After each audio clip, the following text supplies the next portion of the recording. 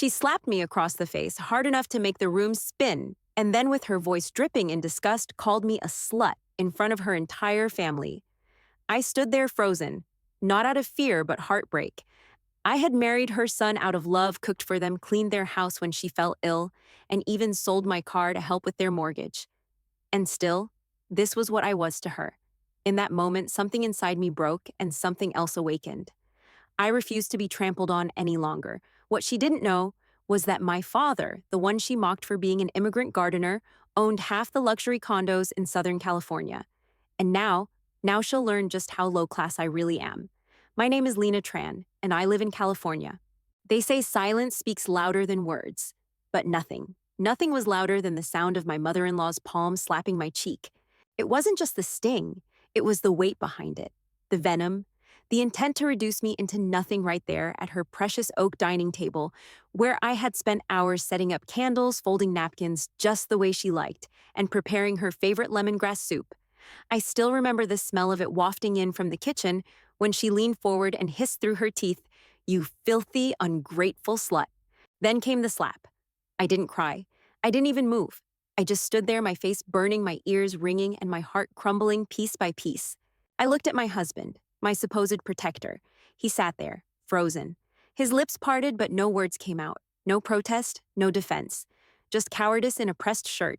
And in that moment, I realized something soul-wrecking. No matter how much I had given up, I would never be enough for this family. They had always seen me as less polished, less educated, less worthy.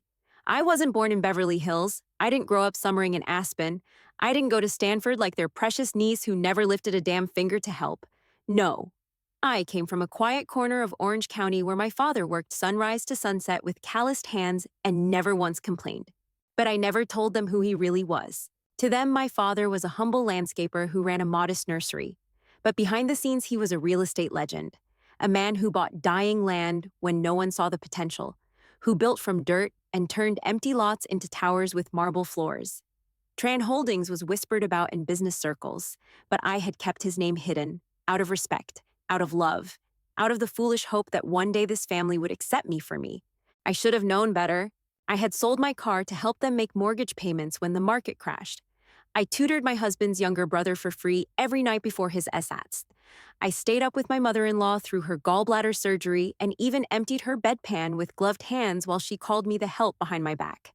I swallowed it all, every slight, every insult, every moment they reminded me that I wasn't one of them. But this was the final straw. As I stood there, my cheeks still tingling, I felt something deep in my chest snap. Not break. Snap. Because breaking means damage. Snapping means a change, a shift, a line that's been crossed with no return. I slowly placed the silver ladle down onto the table, ignoring the silence that stretched across the room like a suffocating fog. My voice was calm but cold. "You didn't have to hit me, Margaret." My mother-in-law, Margaret Ellis, scoffed. "You come into my house wearing that low-cut dress, acting like you belong here. I won't have your kind embarrassing our family. If you had any shame, you would have left months ago." I bit the inside of my cheek to stop from screaming, from lashing out, from throwing every plate in her china cabinet against the wall. But instead, I looked at my husband again.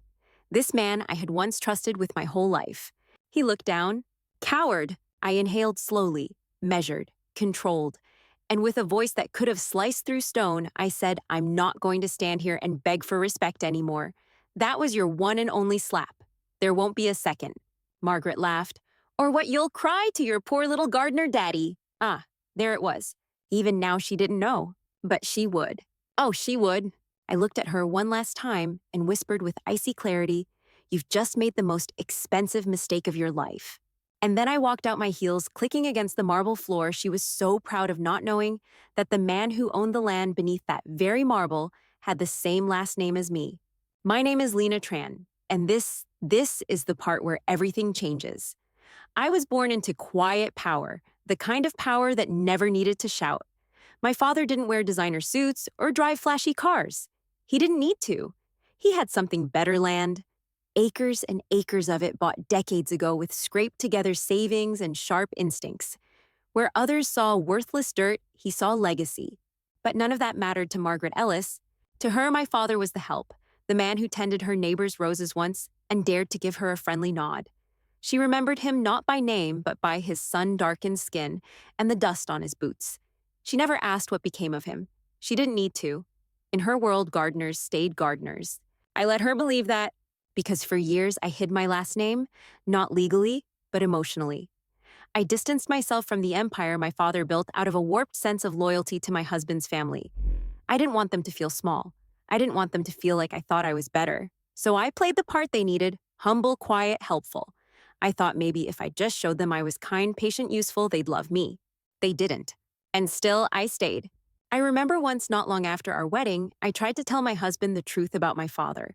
We were lying in bed, the air thick with California summer heat, when I said softly, "Did you know my dad owns some buildings in Irvine?" He chuckled, kissed my forehead, and said, "Aw, that's sweet. Like a little duplex or something."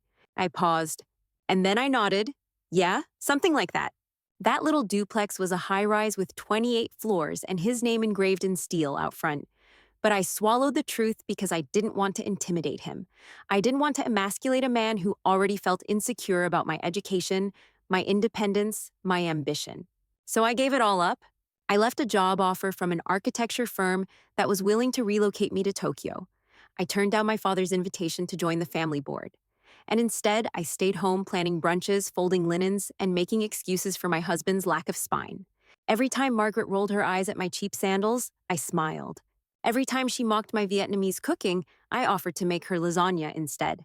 Every time she referred to me as that girl, or the one who clings to my son, I told myself, be patient, she'll come around. She never did. And the worst part? I let her. I let her trample over me because I thought being silent was the same as being strong. I thought endurance equaled grace.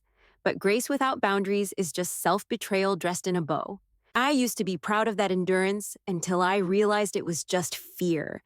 Fear of what they'd say if I reminded them that Lena Tran wasn't just a girl with a soft voice and steady hands, that Tran Holdings had more assets than Ellis Interiors could dream of, that my father had dinner with state senators, while her husband chased clients who ghosted him after signing bonuses. But I held my tongue.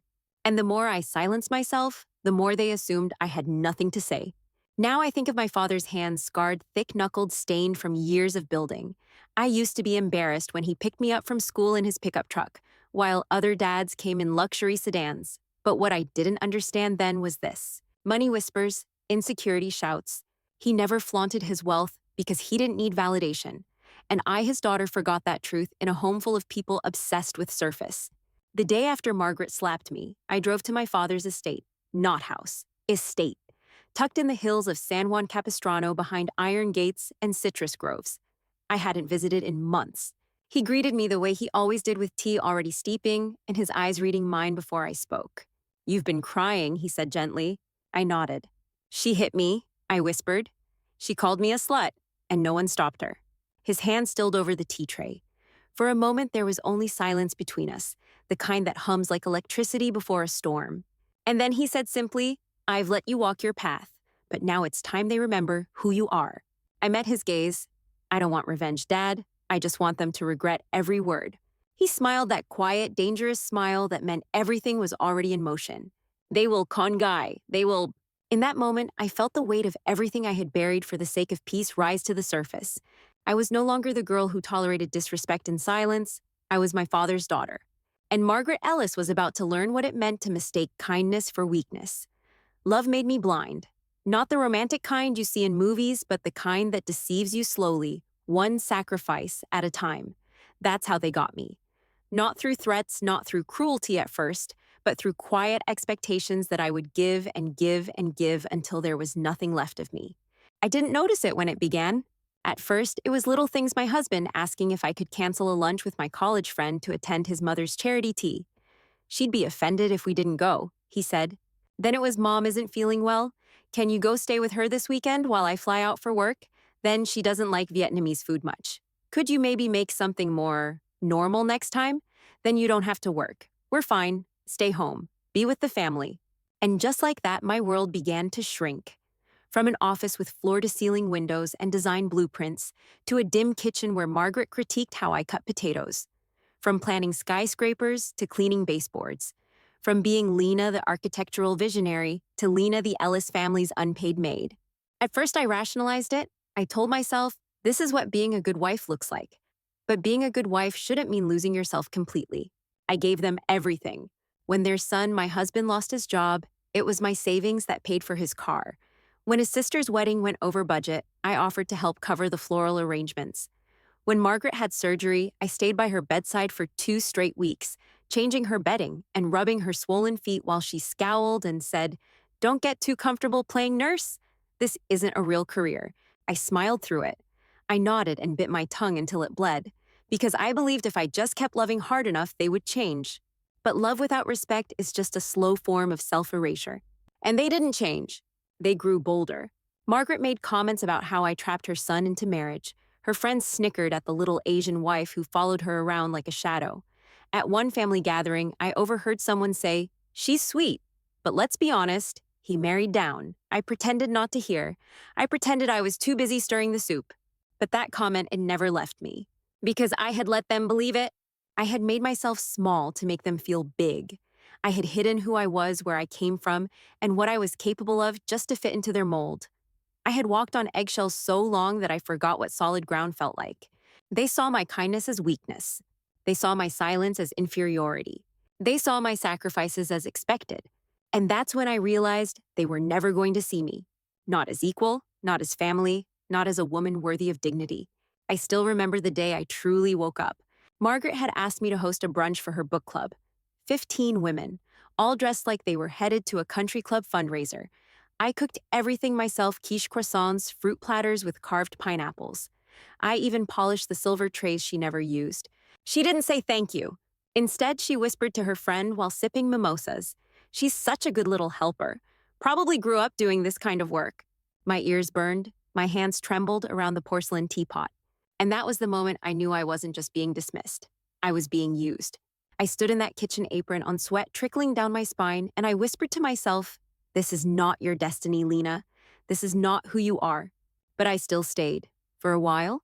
Because when you've spent years giving everything, the thought of walking away feels like admitting you lost. It took me longer than I care to admit to understand that sometimes choosing yourself is the bravest form of love there is. I wasn't angry at Margaret for being cruel. Cruelty, after all, is predictable. I was angry at myself for giving my light to people who preferred shadows. But not anymore. Now, with every breath, I feel the old Lena coming back. The Lena who sketched buildings as a child on the backs of napkins. The Lena who negotiated land deals in her 20s. The Lena who once stood beside her father in a boardroom full of men twice her age and spoke with unshakable certainty. That Lena is awake now. And soon the woman who slapped me across the face will understand just how far above her I've always stood, even when I knelt to pick up her fallen pride.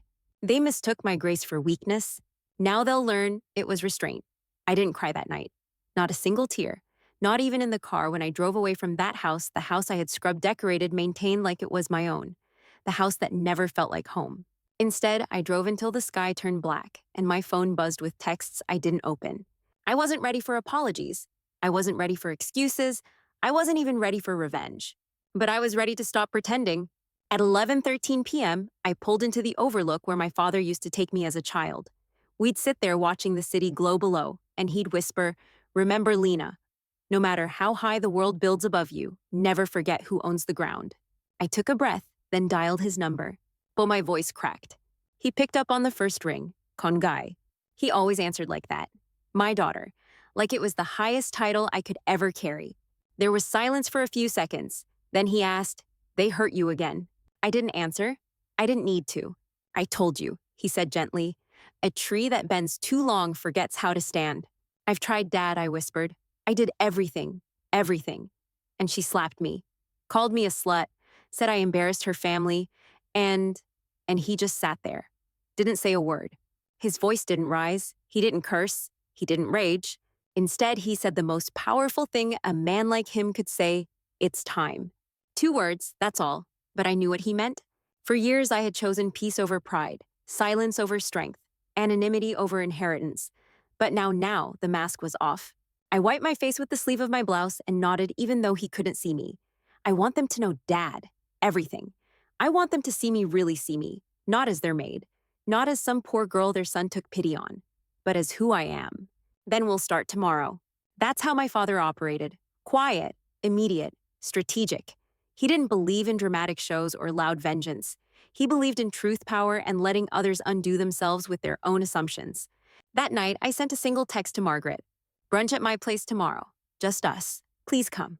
I want to make peace. She replied in seconds. As long as you don't act hysterical again, 10 a.m. works. I smiled. She had no idea. The next morning, I wore white. Clean, crisp, simple. I braided my hair the way my mother used to before she passed tight, elegant, regal. I made Vietnamese coffee, not out of courtesy, but out of pride. I set the table with porcelain my father imported from Hanoi. Every detail whispered a story she had refused to hear. At 9:58, her Range Rover pulled up the circular drive to a gated property she'd never visited before. She stepped out, lips tight, Chanel bag in hand, already looking for something to criticize. When I opened the door, she blinked. I thought you lived in a condo. This is my father's weekend home, I replied softly. I've always had keys. Her eyes darted over the foyer, taking in the granite floors, the original oil paintings, the faint scent of jasmine. Well, it's not what I expected. I know, I said. That's the point. We sat. I poured her coffee. She didn't thank me. Listen, Lena, she began, her voice rehearsed. I've had time to reflect, and I do think maybe I was a bit harsh. But you must understand our family has a reputation, and sometimes emotions run high. I'm willing to move forward if you are. I watched her sip from a hand-painted cup worth more than her necklace. Margaret, I said, do you know the name Tran Holdings? She froze mid-sip. Of course I do. Everyone in real estate does. Huge firm. Developers. They're based in... Her eyes widened. Wait, that's not... My father, I said simply. He built the empire your friends gossip about at charity galas. He's the reason half your neighborhood exists. He's also the man you called a dirty gardener because he wore boots instead of loafers. Margaret's mouth opened, then closed.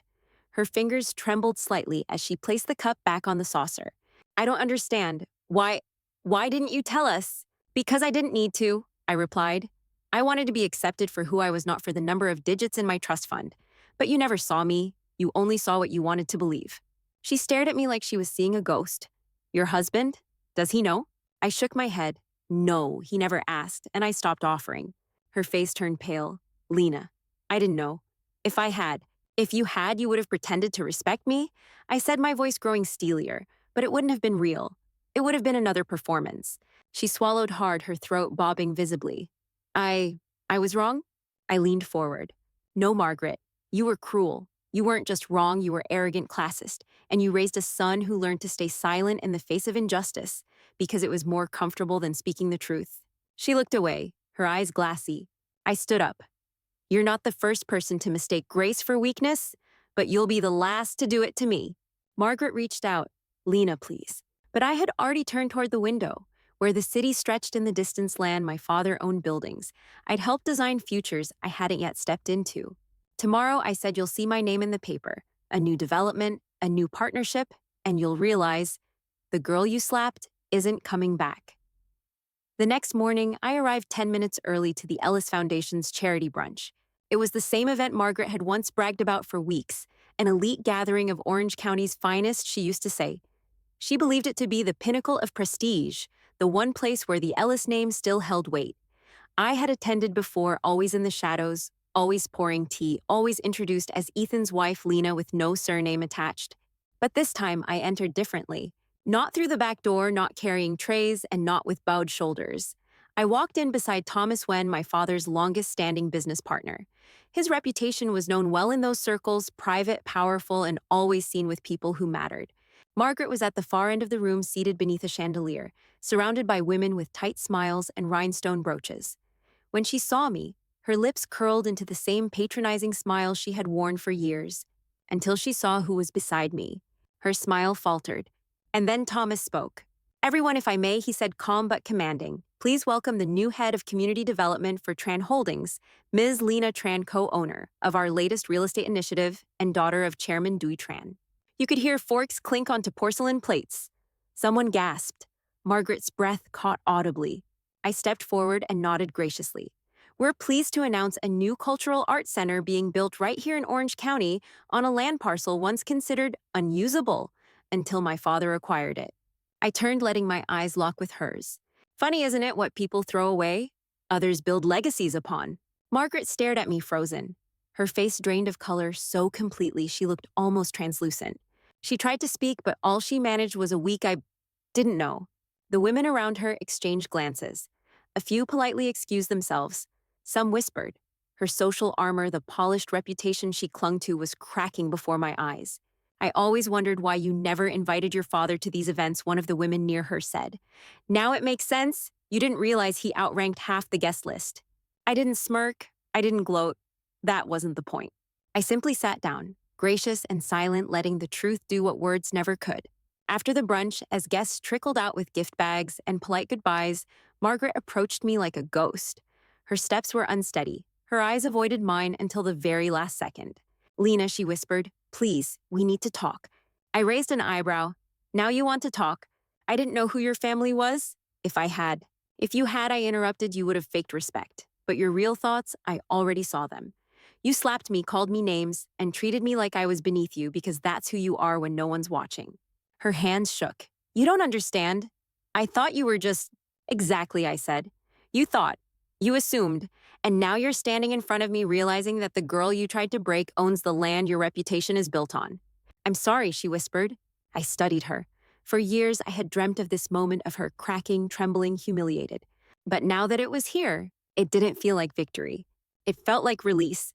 I took a deep breath, steady and full. "You don't owe me an apology. You owe it to the woman you never saw, the one who folded your towels and buried her dreams so you could sleep better at night." Margaret's eyes welled with tears. I was wrong, so wrong. I nodded. "Yes, you were." And with that, I walked past her each step, light as air, the weight of years of invisibility finally lifting from my shoulders. She turned, calling after me one last time, her voice barely a whisper. "Please, don't leave." But I already had, long ago. I never imagined I'd see Margaret Ellis cry. Not genuinely. Not with her shoulders heaving like a child lost in a crowd. But there she was, kneeling on the cold tile floor of my father's sunlit foyer, her mascara smudged her pearls, askew sobbing into trembling hands. "I didn't know, Lena," she kept repeating. "I didn't know who you were. Please, I was wrong." It wasn't the theatrical kind of crying I'd seen her fake for sympathy in the past. This was raw. This was fear and regret. But I didn't rush to her side. I didn't bend to help her up. I simply stood in the doorway, arms crossed, watching the woman who had once slapped me into silence now weep at my feet. There was a time I would have done anything to earn this moment, her apology, her acknowledgement. But now that I had it, I realized something strange. I didn't need it anymore. "Margaret," I said quietly, "get up." She looked up at me, eyes swollen, lips trembling. "I never wanted to hurt you," she whimpered. "I thought you were a threat to our family, to Ethan's image, and I took it out on you. I'm ashamed. Please believe me." I took a long breath. "You didn't see me as a threat, Margaret. You saw me as disposable." She flinched. "You saw a woman who was kind and soft-spoken, and you mistook that for weakness. You saw my silence and assumed it meant I had nothing to say. You looked at my skin, my last name, my food, and you decided I didn't belong." She tried to speak, but I raised my hand. "No, you need to hear this." I stepped closer, my voice calm but cutting. "For years, I served your family with everything I had. I cooked your meals, drove you to appointments, canceled plans with my friends, so I could host your guests, translated your medical paperwork, even cleaned up your vomit after your gallbladder surgery." Her eyes widened. "I did it all," I said, "because I believed that love meant sacrifice, that if I just gave enough, you'd finally look at me and see a daughter. But you didn't. You saw a servant." Margaret's voice cracked. "I was raised to protect appearances. I thought I was doing what was best for my son, for our name." I laughed softly, not out of humor, but disbelief. "And yet the name you tried so hard to protect now depends on the one you mocked." She looked down. The silence between us stretched like a wound. Finally, she whispered, "What happens now?"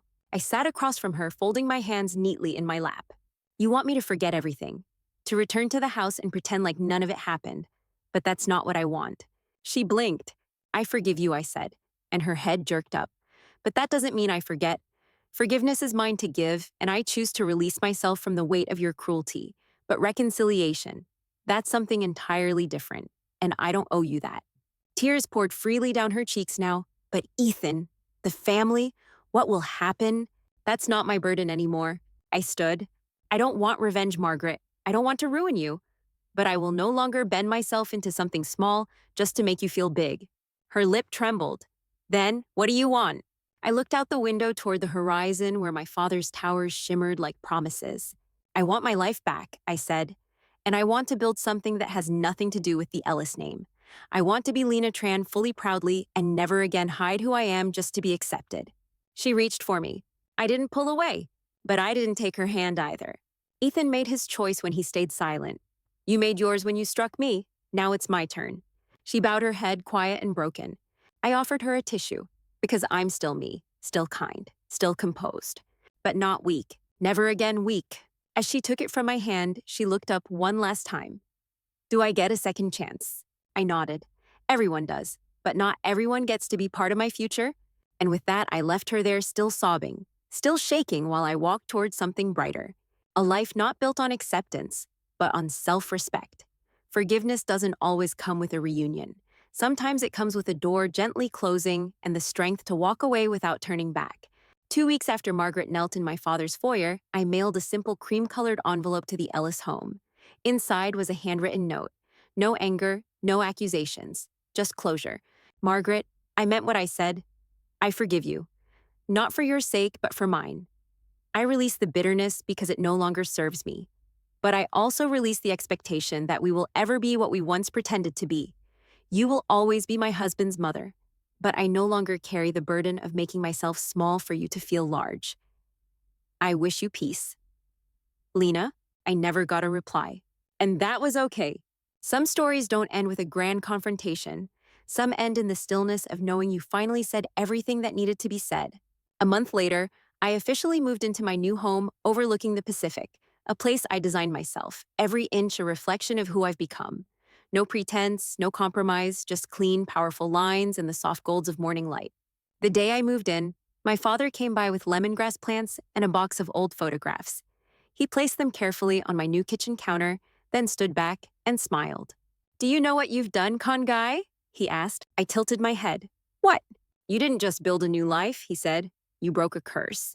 I knew what he meant. The silent curse of women like my mother, like my grandmother, like so many before me who bowed, apologized, and swallowed pain for the sake of keeping families intact, who were praised for their endurance, but never seen for their worth. I broke that, not with revenge, not with rage, but with truth. My marriage, it ended quietly, respectfully. Ethan came to me weeks later, full of apologies, confusion, and late revelations. I didn't know how to stand up to her, he admitted. I didn't know how to choose between you and them. You didn't need to choose, I said gently. You just needed to remember who your wife was, and you didn't. He nodded, his eyes full of regret. You've become so much more than I ever knew. I always was, I said. We parted with a handshake, not hatred. And I walked away with nothing from him because I didn't need anything. I already had everything I had been denied for so long, my voice, my dignity, and my future. The press followed my rise with curiosity. A once quiet heiress, the mysterious daughter of Tran Holdings. A CEO who seemed to appear overnight, taking the boardroom by storm without ever raising her voice. But I knew the truth. I hadn't appeared. I had been here all along, waiting, learning, enduring. And when I stepped forward, I wasn't looking for revenge. I was looking for restoration. I now mentor young women entering business, especially those from immigrant families who doubt their place in rooms full of suits and silent judgments. I tell them, you don't need to shrink to survive. You don't need to hide your roots to grow. Stand tall in every room you enter, even if they don't clap when you arrive, especially then. And sometimes when I look out at the city from my office window, I whisper to my younger self, you were never small. You were never invisible. They just weren't looking properly. As for Margaret, she stays quiet now. Sometimes I hear updates through mutual acquaintances. She's calmer, they say, humbled. She's taken up volunteer work. She rarely hosts brunches anymore. The Ellis name, while still present in some circles, now walks carefully, aware that the woman they once dismissed now stands at the summit they never imagined. And me? I'm not angry anymore. I see her as what she is, a woman raised in fear, in pride, in inherited arrogance. I don't excuse it, but I understand it, and I leave it where it belongs, in the past. I walk forward now, lighter, clearer.